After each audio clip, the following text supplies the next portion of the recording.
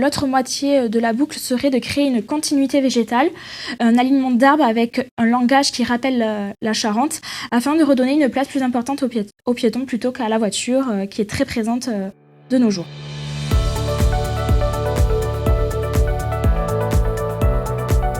Bonjour, Aurélie Bergès. Donc, pour mon projet, j'ai choisi de réaliser une promenade qui permet de relier la voie ferrée à la Charente, tout en créant l'insertion d'une boucle comme une petite ceinture. Donc dans la première partie de cette boucle, qui s'intitule Le Terrier et qui s'étend sur 1 km, j'aimerais conserver l'histoire de la mémoire du site, comme les rails par exemple,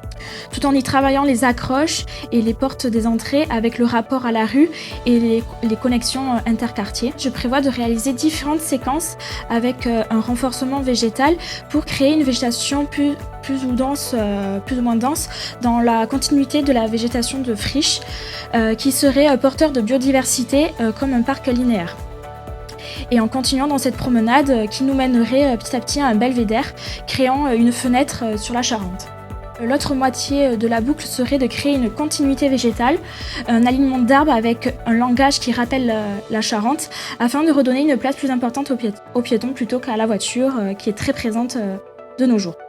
Enfin, notre promenade nous mène à cet endroit à côté de la voie ferrée, cet espace où on retrouve la halle qui est plus ou moins abandonnée,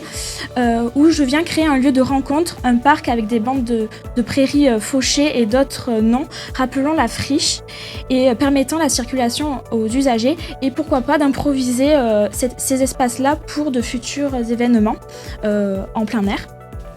tout en ayant une vue dégagée sur la ville haute, comme vous pouvez le voir sur le croquis du bas. Merci.